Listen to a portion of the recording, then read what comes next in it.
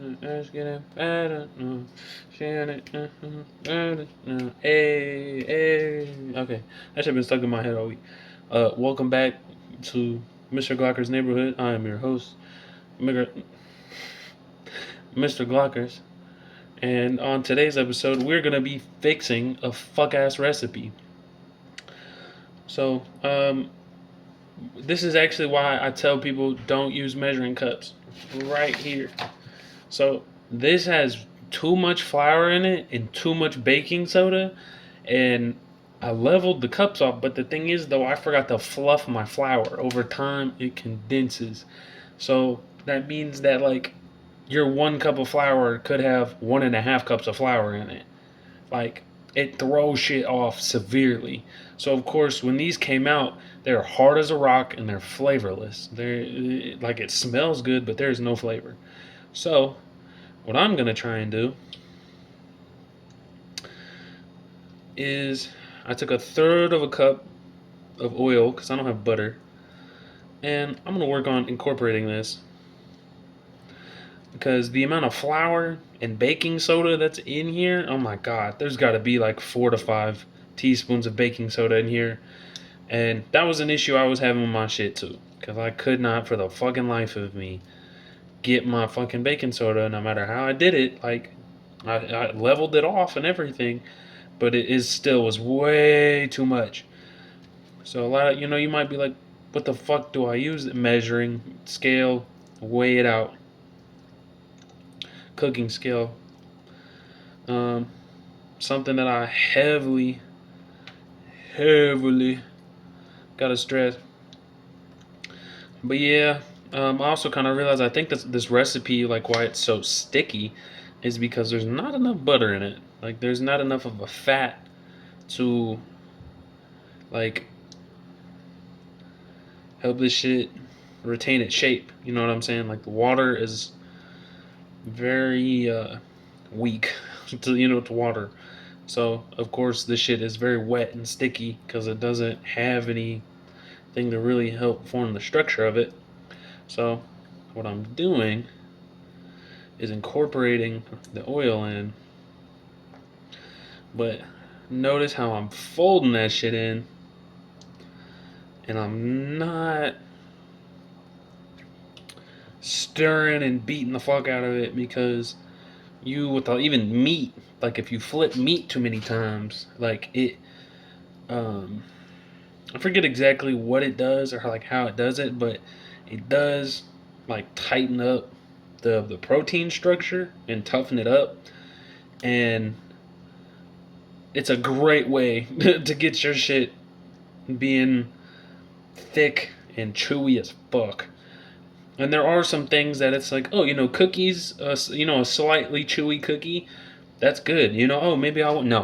No, you can do it to where when it comes out, like it's so chewy that you can't chew it. Like it's like fucking rubber. So it's just like, and it doesn't taste good either. So that's why I'm trying to fold this shit in.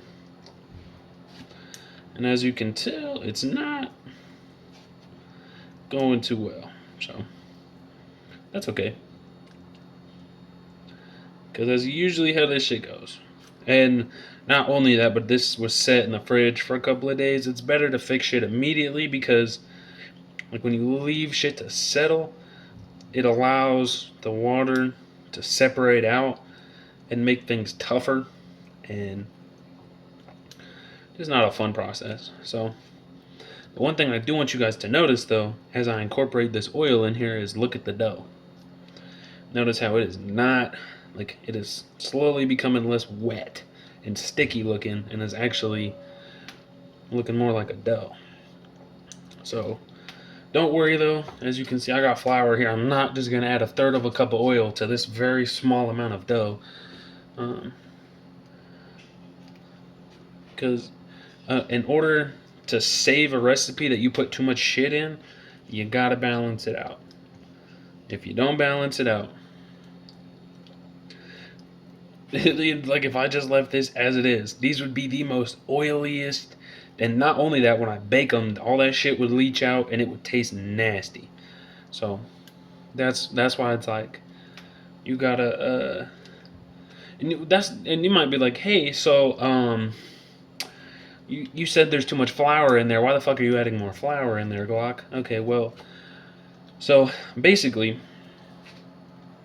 there's like I'm making I'm scaling up the recipe because there's parts of the recipe that are already scaled up. So I'm just finishing the scaling. That's all I'm doing. And to make it in less fancy terms, I'm gonna turn this into like a cookie dough. And the cookie dough recipe calls for uh, 2 cups of flour. And in this recipe, it's 1.5 cups of flour. Or no, it's like, okay, it was like 3 cups, but I used half of it, so it's like 1.5 cups. It's too much for the current recipe, but for the next recipe, it's almost where I'm wanting it, and that's why I had to add the oil, because the oil called for, the recipe called for more oil. But honestly, um, scaling shit down is kind of hard. It's weird. There is a way to do it, like math wise and shit, and like there's tutorials on YouTube. You can read articles about it. But honestly, I like learning the hard way. I noticed I learn better that way. I retain the information better that way. But I also know for some people it's a deterrent, and it makes them want to give up and not do things and not like them, not enjoy them. And, so it's like, hey, if you don't like learning the hard way, don't. Work smarter. If that's what helps you and makes it more obtainable for you, work smarter, brother or sister.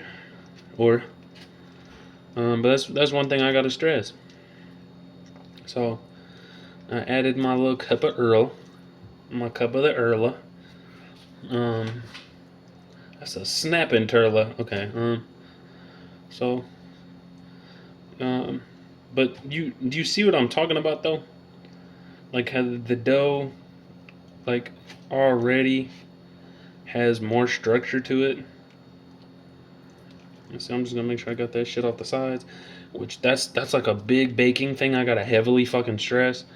Not even just baking. Like this, like when I was making the sauce the other day, y'all saw there was like pectin all the way around the sides of the pan, and then like the sauce was real liquidy, and then I incorporated the pectin on the sides of the pan into the sauce that was already there from the apples. It was just being pushed out onto the sides, and I reincorporated it back in, and then all of a sudden that sauce went from watery and thin to thick, syrupy, flavorful.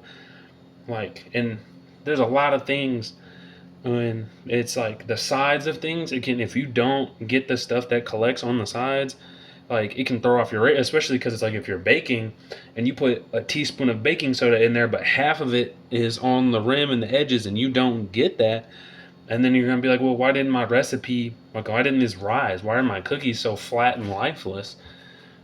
Moments like that. So it's good to get all your shit off the sides, especially because you don't know, like, in this, hiding behind this stuff, there could be baking soda, there could be sugar, there could be salt, there could be things that you need in order for your recipe to come out successfully, that if it's not incorporated in there, it's not going to turn out. That might, and I noticed that too, because I got one homie, he doesn't scrape the sides of his bowls, and he's constantly, oh, I tried this recipe and it didn't turn out like what I saw, or it didn't turn out like I wanted, or it didn't, like, constantly, and I tell him every time, scrape the sides of that damn bowl, scrape, or whatever. But speaking of, I don't have a freaking I don't have a mixing bowl, so boom, I'm using a big ass pan. You might be like, oh, why don't you have a mixing bowl? Well, honestly, at first, genuinely, because I couldn't find any, I still can't find them to this day. And I'll go to the store and see one person buy a stack of 10 of them. I don't know what the fuck y'all are doing with these fat ass mixing bowls, but then eventually I realized like, hey, a lot of people actually don't have that or have the money to get all these baking supplies, and it makes things unobtainable and unaffordable. But one thing I can tell you, thrifting, like I thrifted my measuring cups, I thrifted my spatula, I thrifted my pans, I thrifted my this guy, which is awesome. Um, this is what it fully looks like. I was just letting it dry, but it's like a caulking gun, but for baking and making cookies. And on the back, there's this recipe, and this recipe is what I'm using to help fix my recipe. So, and it's teaching me stuff, and I'm learning in real time. So, without further ado, we're gonna take this, and that's one. What the fuck? Okay, I did not see that, but it's one thing I gotta heavily fucking stress is when you're adding extra things to stuff, you're diluting it. Like if you're not adding more salt, more sugar, more spices, and you're just adding flour and oil, you're diluting the flavor. You know, you're increasing the volume without increasing what the flavor of it. So it's like if you're like, hey, like this, the texture is what I want, but this has no flavor to it. That's why. But the cool part is because it's already you already have, 50% of that flavor. You don't need to add a whole nother cup of sugar or a whole, you can add a third of a cup of sugar and get it to the 80% to the, it's like there's already sugar and spices present. So if you act like there's not, you could have, I've done that before, and I made cinnamon sludge pie. And it went from not being enough cinnamon to way too much fucking cinnamon, and literally ruined the recipe, and it came out pitch black. Like literally, it just like it was like looking into an abyss. So, yeah. Now, let's see here. I'm gonna take this guy. I'm gonna take that in here, and yeah, boom. And genuinely, I should have put my spices in there with the oil, especially because fat is a carrier for flavor. A lot of people don't know that, but that also might be why you'll have extremely flavorful dishes, and then like you'll put it in Tupperware, and then the next day it tastes like nothing. Like it is like even though you had like the best fucking the recipe, like last night it was so good, and then you'll eat half of it, and then the bottom half where all the fat is, like stir it in and be like, oh my god, this is way too much fucking flavor. What the fuck? That's why it absorbs into the fat, and then the fat settles to the bottom. So if you guys do that, make sure you reheat the whole thing, stir it up real good, stuff like that. Without further ado, so we got this guy. I got shit all over my hands. I already washed my hands prior to this, so I'm going to just rinse this off. And again, I'm baking this for myself. I'm wearing a clean t-shirt, and where I'm from, we dry our hands on the backs of our t-shirt if it's clean, and we will literally put on a clean t-shirt just to bake. I'm so dead ass. I literally put this clean t-shirt on just to bake, and it's a tradition where I'm from. So you guys will see me do shit like that and just be like, ew, like, but it's like, hey honey, just me. If I was making food for somebody else, I would be scrubbing and washing the fuck out of my hands every single time. Like when I make food for me, I still wash my hands the proper amount of times before and after and during, depending on what I got going on. Use the restroom, touch my phone, touch my face, my hair, eat food, drink, Like, but when it comes to other people, it's like I take that shit very seriously. So, alright, now so I don't make the same fucking mistake that I just did. Scoop some dense ass flour out. I'm gonna take this, Roll the bag. God damn it, I need to set this guy somewhere. Alright, we're gonna set you a plate or something? Okay, here we go. Boom. Take the bag. I had a hole in the top of mine, so roll it over the hole, right? Gently rock your flour back and forth and shake that shit. The key thing is, though, do not want to just do it to one side. Like, genuinely, like, shake it over here. Shake it over here. Shake it over here. Shake it over here. And then taking my fingers, working that flour. But I'm being gentle because this is a paper fucking bag. So, oof. It's one thing I gotta tell you too. Be careful with the flour in the air. Flour, your body, it can harbor raw flour. It can harbor a lot of crazy shit. And then you breathe it in. Your lungs are not designed to handle flour and bacteria and stuff. You get a pretty nasty lung infection, among other things. Raw flour ain't something to fucking play with. So that's why the moment that started shooting stuff, and I was like, nope, I'm gonna set that down, and immediately stop breathing for a second. Preferably 20 seconds to let it settle away from your nose and breathing zones, and skin, because it can actually cause like become a severe irritant. So just your friendly reminder: don't play with raw flour. But boom, boom, and already saw that shit go from fucking down here to up here. So boom, boom.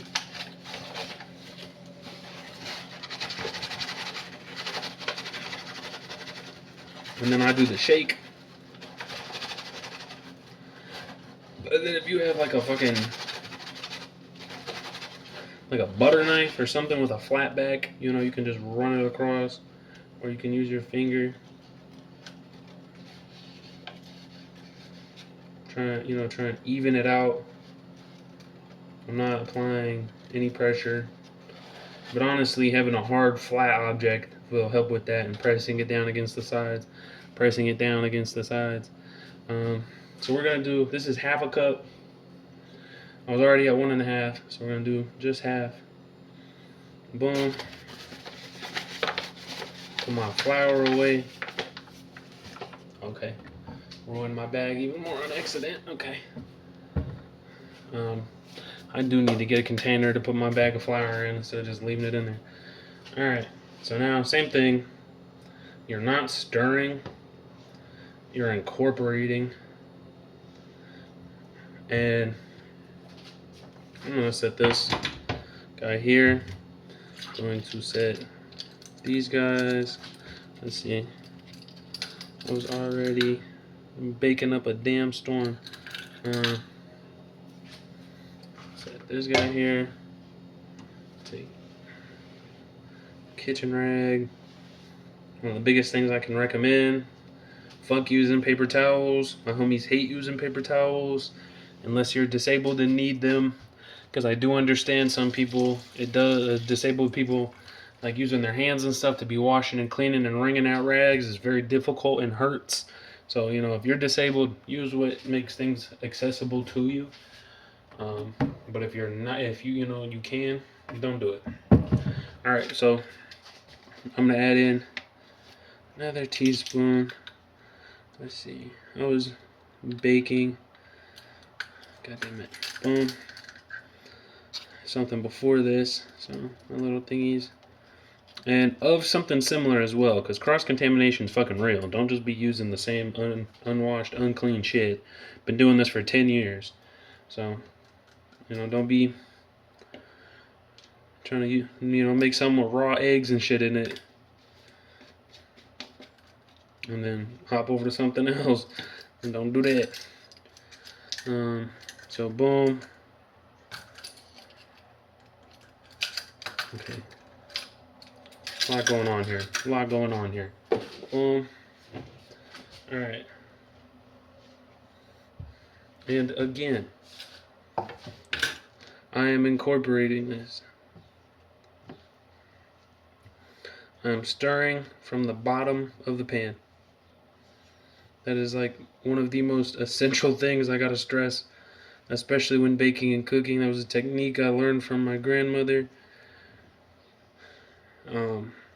Like it genuinely, if you stir from the base, from the bottom of the bowl, like make sure your whisk or your spatula, shout out Project Spat, keep it at the base, like, and stir from the bottom, like this. If you are stirring, or like I'm folding, I'm coming in from the bottom, and what this does is, to my knowledge and understanding, the centrifugal force keeps the liquids and shit inside the bowl, but it's good when you're using, like, there's recipes, or you're stirring up a bunch of shit, you got a lot of liquid, or you gotta like beat eggs or something and you don't have a mixer. It's awesome. It's crazy, because or you don't have a lot of time, because I literally, like, this woman, she literally would, like, and not get a drop anywhere. And I was like, hey, grandma, so I tried that, and there's kind of eggs all over the floor and the walls. And that's when she was like, come here, baby. Come here, baby. Let me show you something. And that one little trick, boy, oh my God. Like, it allows you to put in some real elbow grease, and allows you to make up for the fact, like, if you don't have a stand mixer, if you don't have a hand mixer, if like, it will allow you to use a fork. Like, you could get the frothiest egg whites you've ever seen with a fork in a metal bowl, just by keeping the fork at the bottom of the bowl, like making sure it touches it. But if you lift that shit up, but not even that much, like literally just the moment it loses contact with the bottom of the bowl and you're stirring, it changes, like, the direction and the amount of energy. So trying to do bigger folds, so that way I'm not toughening up the protein structure.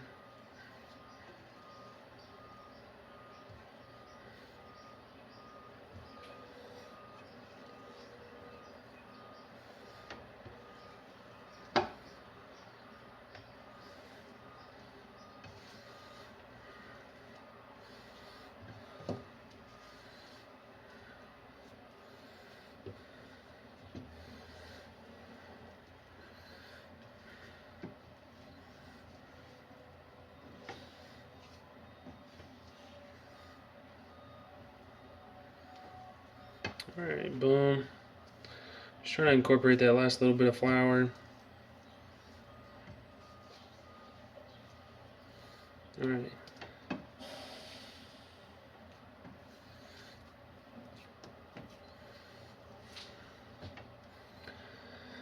Now, there's still some flour and shit on the sides and stuff. But luckily, though, it's just flour. All the important stuff's been incorporated.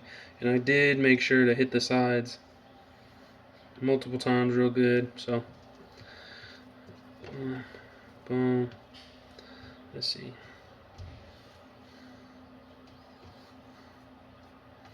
Just try not to do it too much. I honestly may already have overfolded the fuck out of it.